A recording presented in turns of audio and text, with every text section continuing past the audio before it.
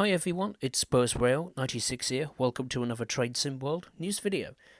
Yesterday, Dovetail Games and third-party developer Alan Thompson Simulations revealed the next Loco add-on that's coming to Trade Sim World, and it is probably one of the most highly anticipated Loco add-ons for quite some time. It is the second ever UK freight locomotive. Yay! Finally, we're getting something other than a 66 to play with on the West Coast Mainline South. It is for now. This loco add-on in question is the BR Class 90 electric freight locomotive. Well, it is in reality it's a mixed traffic locomotive, but in Trade Sim World it will be conducting its role as a freight locomotive. I'm glad I'm doing this video today instead of yesterday, because it would have literally been old news. Yet again, Dovetail has been having communication issues, lack of clarity. It seems this week has been a disaster when it comes down to communication to your customers or players. There was the issue of, announcing the date and the price of the Northeast Corridor, New York and Grand Central to Stamford. They literally announced the date and the price less than 24 hours before the damn route was going to be launched to the players, which I was very unhappy with. It's not good enough. They have to improve. I said in that video, Dovetail have to take a good hard look at themselves. Questions will have to be asked and hopefully answered quickly, and things are put into place so this doesn't happen again. Well, it has happened again, much quicker than I anticipated. Because yesterday, when they announced that this locomotive was coming to Train Sim World relatively soon, I think it was originally going to be launching on, I think it was March the 26th or something like that. And it was going to be priced at, I think in the UK at least, I think it was going to be priced at £14.99. Which I thought at the time, it's coming out sooner than I expected and the price is reasonable. It seems that's not to be the case. It was completely inaccurate. So that has been since readjusted.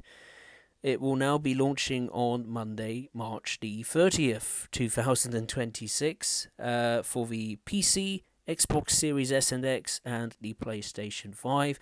At a new price of £12.99, €15.99 and $16.99 in the United States of America.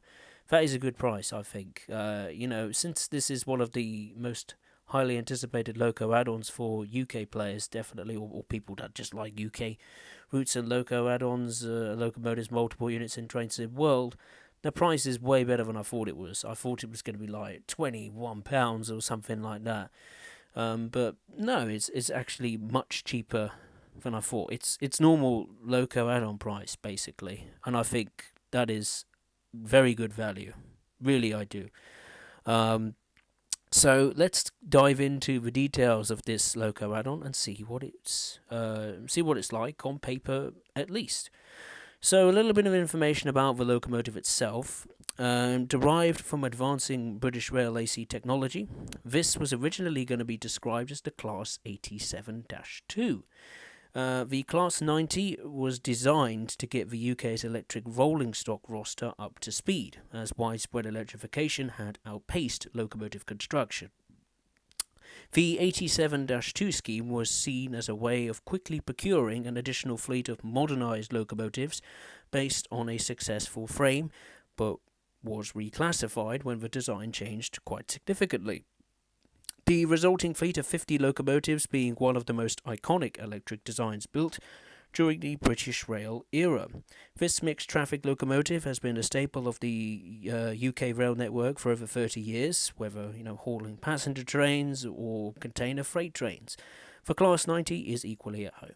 Powered by Freightliner control, it was a modernised successor to the Class 87, offering improved solid state traction and reliability. Drivers often praised the Class 90 for its comfortable ergonomic cabs and helpful driver aids like speed set, which is basically like cruise control It maintains a set speed and reduces workload, especially on long journeys. This add-on will highlight its freight capabilities, ensuring you can run to time and up and down the West Coast Main Line without interfering with higher priority traffic. The Class 90 add-on includes quite a few different livery variations. Those are Deutsche Bahn Cargo Red, Deutsche Bahn Cargo Blue, Freightliner Grey, Freightliner Old Green, Freightliner New / Powerhaul. These all come with their own minor differences and details, including the relevant locomotive numbers for each livery. So it's good there's some variation in the visuals department. Now, the cab of the Class 90 will have elements familiar to players of other trains in Train Sim World. The throttle and brake handle, for example, are similar in design to that found in the HST, as are some of the dials. Yet accompanying these are traction motor gauges like those found in the Class 87 and 86 locomotives. Being a freight locomotive, some switches to the left of the driver's seat and the interactive operator interface for train length are like those seen in the Class 66. Players may also notice what look like shunting controls and cab by the door. In reality, these have been isolated and have been out of use for many years and cannot be interacted with. UK safety systems are fully modelled on this loco add-on, including TPWS, AWS and DSD, as well as the new working speed set feature and an interactive GSMR radio. Now, sadly, the machine room is not modelled, so you're probably wondering, well, how are you going to turn on the DSD when the DSD isolation switch is in the machine room? Well, the DSD isolation switch is activated in the game by interacting with a noise level warning sticker on the machine room door to represent a driver entering the room to enable or disable it. The Class 90 also includes a fully operational BIS and realistic neutral section functionality. I don't actually know what BIS means, so if anyone does know, I'd really appreciate if you would put that in the comments. I'd be quite interested to know what that means. Multiple working capabilities have also been implemented, allowing for heavier haul operations with other Class 90 locomotives. So, for example, you could have it consist of two Class 90 locomotives hauling some heavy freight, for example. So that's a cool option. Train faults are also present for players with the relevant settings enabled. As part of Train Sim World 6's core feature. I personally don't like them, but I know some people do. These consist of wiper and pantograph failures. Now, focusing on the gameplay itself, sadly, the gameplay of the Class 90 will be focusing on just one route, and that is the West Coast Main Line South. Why I say sadly is I really did think it could maybe have had some additional gameplay, like, being let's say, embedded into other UK freight, UK timetables, obviously UK routes that have overhead line equipment, like East Coast Main Line, or, I don't know, maybe the Manchester Airport commuter, or the West Coast Main Line, Birmingham to Crewe, and hopefully Trent Valley as well when that comes out. Sadly, that's not been the case. Hopefully that does happen in the near future, like they did with the Voyager. When that first launched, back when Train Sim World 6 launched, it was quickly enabled onto or layered in to other UK timetables. So hopefully it happens. The same result happens to the Class 90. So in terms of the services, it will be implemented into the timetable.